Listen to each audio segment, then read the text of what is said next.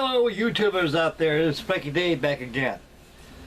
Okay guys, I let my Charles Morgan rest a little bit. A little later on I'm going to work on my Baltimore Clipper and get that main install done so I can present a video of that this evening. Right now folks, this is occurred to me right now. I was digging around in my stash and I came up with this over here, the Lusitania. This is going to be a winter project build. My friends may get some kind of an ocean liner group build going on here, but it may look pretty dim, I don't know. But anyway guys, this is occurred to me right here a while ago. This will be a lot, kind of like a fast inbox review of this. I was digging around my stash looking around and I ran into this and said, oh my god, I didn't even know I had this thing. So actually I have two of these. I got the Intex one, which was the original kit, and Gunzo Sanyo, which is now Mr. Hobby, has reboxed this. It's the same old Intex kit that's been reboxed by this company here, which is by Mr. Hobby, which is Gunzo Sanyo. And so this is the late. We'll get into the Lusitania a little bit before we get into the inbox review. Right here is a very colorful painting of Lusitania statement, probably on the way. This is at her launching, folks, because this is right before the Titanic sank. This is how Lusitania looked before at her launching in 1906. She was conceived in 1903, but by 1906 she was launched, and their sister ship, the Mauritania, was launched the year after, 1907. And I'll show you the differences between the Mauritania and Lusitania. Now right here folks, you got 16 lifeboats, which is the Board of Trade. Anything from 45,000 tons on down is required to carry 16 lifeboats. Each lifeboat was tested in Belfast, can hold up anywhere from 75 to 80 people per lifeboat. Lusitania, her career was rather short. She didn't get a chance to live a long career like her sister ship, the Mauritania, which she was scrapped in 1935. The Mauritania was conceived by Clyde Brown, 1903. 1906 she was launched.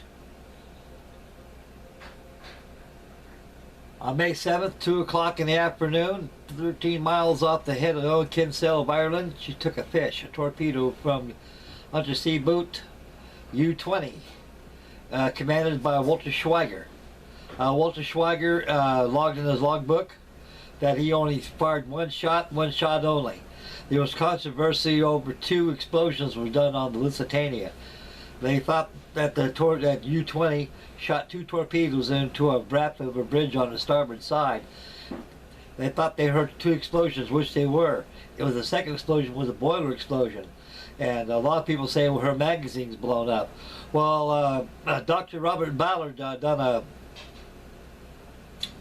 a History Channel documentary of the revisiting of the Lusitania. Him and the dive team Woods Hole went down. They dove down about 300 feet where the Lusitania was at, and found that the magazine was not even violated. So actually what happened, folks, is sinking the Lusitania, everyone wondered how the Lusitania went down so fast. The Lusitania went down so fast, it was like that of the Britannic. When you back in those days, they never set condition X-ray and watertight integrity throughout the ship. So actually Lusitania sunk them on herself. All these portholes that were open here, folks, a lot of these passengers opened up the portholes for ventilation. Because the one thing about Lusitania had very, very bad ventilation system, because she had these old-fashioned man-cover type ventilation systems, say, the cowling vent. And they had a lot of complaints on Lusitania about that. So when they redesigned their sister ship, the Mauritania had the funnels. That's the difference right there, folks. Otherwise, everything else between both ships are nearly identical. So anyway, Lusitania went down. She sunk among herself because all the portholes were open to the sea. As she filled up, she went down. And this is an old kit, guys. This thing's been out since 1978 when it first came out in the Intex. It was the answer to the Titanic they released. And I can remember back in those days, you had a lot of ocean liner model builder buffs. Even myself would hope perhaps someday that Intex would release a 1/350 scale Olympic, or even the Queen Mary 1, or all these old liners from the past. But it never came to that. So Lusitania as far as they've got, and I'm kind of very lucky I got this kit. And so anyway folks, this is the same kit as the Intex kit right here. And we'll view it in a little bit. We'll take a peeky.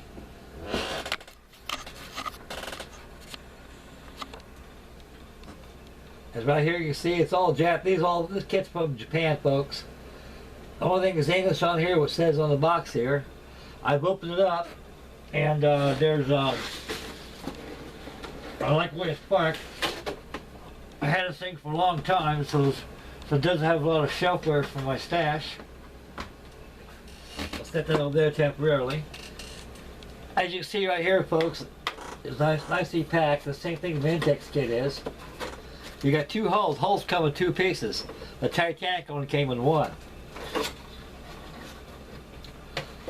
Here's the port side hull right here. She measures from bow to stern, precisely 28 and 5/8 inches long. Her normal tonnage is 42,000 tons, and her verticulars from bow to stem was 786 feet long, a mere 100 feet shorter than the Titanic. And the hull is comes in two halves. You got the port hull section here. I'll get that stern out. You got the starboard hull section, which is glued together. It's got to be filled, folks, after it's sealed together. And one thing about these kits, guys, like this is with these vinyl optics they got nowadays, even LEDs, they work quite reasonably well. You know, I mean, we're drilling up these portholes. A word of caution, gang. Anybody trying to build an ocean liner model, any model in general, and plastic, you want to drill up the portholes, don't use a Dremel tool. Because the high RPMs in a Dremel tool, when it goes to this plastic, it'll melt those holes. And every time you drill a hole, that hole gets bigger and bigger and bigger and bigger. And after you realize what you've done, the model's ruined. So it's tedious, time consuming, but most effective, and you get 100% good results. Use a pen vise. Get a small drill on your pen vise. It's got to be done by hand. It'll go through. It'll take a while, folks. But like I say, you won't have all those holes ruined because of a Dremel tool. So I learned that many years ago. I thought it'd be a lot quicker than a pen vise. It cost me a good model one time. So and I eventually went ahead and filled in the portholes with putty and sanded it down and reincorporated the portholes by painting it. So anyway, folks, it comes with two hull sections here. Stand is very nicely preserved for this time. It's the screws, the anchors, the stand, the display piece on here is all made of gold chrome plated, and which has got to be scraped off, folks, before you glue it. Because in other words, it's like paint. Glue and paint don't stick together. And this other baggie right here, folks, contains parts of the superstructure, the funnels, the bridge deck, the navigation deck, also the boiler casing decks. You got your bilge kills, you got your bits, you got your man cover type vents that the Lusitania incorporated, and you got preformed ratlines, which are not too bad. But there is a photo etch set by Gold Medal Models and Tom Model Works, folks, in the photo etch department. Like I say, only time I put photo etch or something like this is if I'm going to participate into a model show.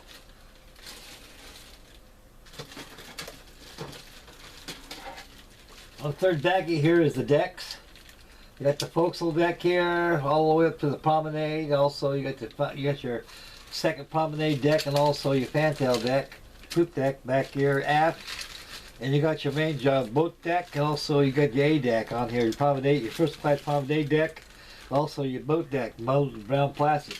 So, like I say, folks, you're dealing with plastic like this and brown. It's got to be primed before you get your colors. And this is the original display stand that came with Intex kits and also the Titanic kits. Now the Titanic kits are all black now, which really sets it off. So guys, make this thing look real thin. Here's a tip: get yourself a good rag and get yourself some orange paint, and take that orange paint and you let it soak in that rag. You take it and you rub. When you rub, it'll highlight some of that wood right there. Then you give it a shot of Cryo Clear and be alright. And the display stand can be mounted down here where the holes are at. Mount on top of the display cabinet base plate, put your nameplate there, you're good to go, folks. And instructions are all in Japanese. So right here, folks, you see the back side of the completed model. And it's Japanese and English both. So actually, folks, this is the Intex kit. The Intex kit reboxed into my Guns and Sandwich, now Mr. Hobby. Now, here's the same instructions, same kit. This is the Intex kit. I have one of these that's completed in a display case in our bedroom. And so this is the first one I bought back in 1978 when it first came out. So actually the same kit, just different boxing, folks. And that about does it, guys. I don't know how much significance this may be, but it's me, guys. It's it'd be a very good historical build. Now, thinking very seriously, instead of painting this model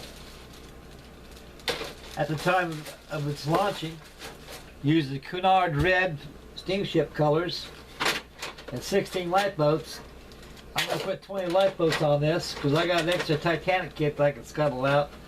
I can take the lifeboats off that, add onto this. I'm going to make this as she was sunk back on May 7th, 1915. When Walter Schweiger fired one single torpedo into her hull. And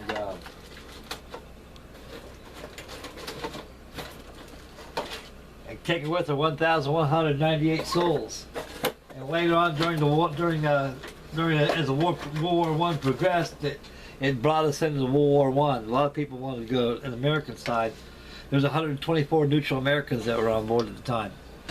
Okay, guys, it's time to get out of here right now. So this is kind of like a fast historical inbox review of a build I'll probably be doing this winter time. If I don't get burnt out with all this rigging and all these sailing ships I'm doing, I think I'm biting off more than I can chew, but I'm getting them done eventually. Okay, guys, I'd like to thank everybody for tuning in. May God bless. We'll catch you on the next video, which will be another update on the Baltimore Clipper. And you guys tell me what you think. You guys want to get some kind of an ocean liner build going on? I'll throw this bad girl into it. Just something to get me away from the rag sail. Okay, guys, this is Frankie Day signing off, and may God bless. And we'll catch you guys on the next video. And please subscribe and take care of yourself, fellas. Bye, boys.